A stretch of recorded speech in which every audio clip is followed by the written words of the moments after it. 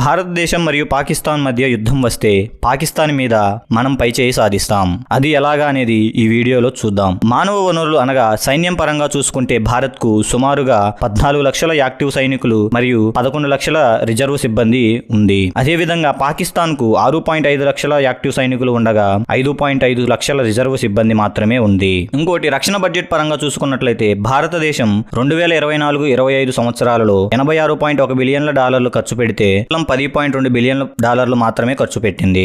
అణ్వాయుధ సామర్థ్యం పరంగా రెండు సమానంగా ఉన్న భారత్ కు భూమి, గగనం అనగా ఎయిర్ స్పేస్, సముద్రం అనగా ఓషన్ ద్వారా 3 మార్గాల్లో డెలివరీ సామర్థ్యం ఉన్న ట్రయాడ్ వ్యవస్థ ఉంది.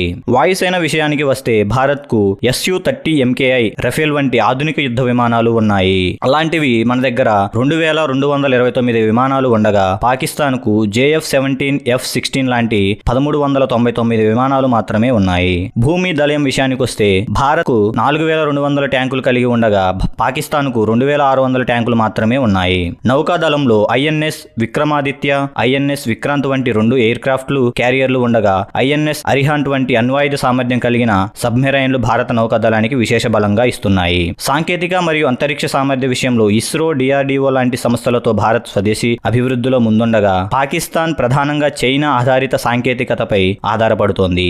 అంతర్జాతీయ మన ఫైటర్ జెట్స్ తో పాకిస్తాన్ జెట్స్ పోటీ పడగలవా? అయితే మన దగ్గర ఉన్నవి ఏమిటి? భారతదేశం యొక్క అగ్నివి అణ్వాయుధ rocket, INS Vikramaditya aircraft carrier, Su-30 MKI యుద్ధ విమానం వంటి ఆధునిక ఆయుధాలు సమగ్ర యుద్ధ సామర్థ్యాన్ని పెంచుతున్నాయి. పాకిస్తాన్ వైపు నుంచి షహీన్-3 అణ్వాయుధ రాకెట్ మరియు F-16 ఫైటర్ జెట్ ముఖ్యమైన ఆయుధాలుగా ఉన్నాయి. చివరగా భారతదేశం అన్ని రంగాల్లోనూ వాయు, భూమి, సముద్రం సాంకేతిక మరియు మద్దతు పరంగా పాకిస్తాన్ కంటే ముందుంది.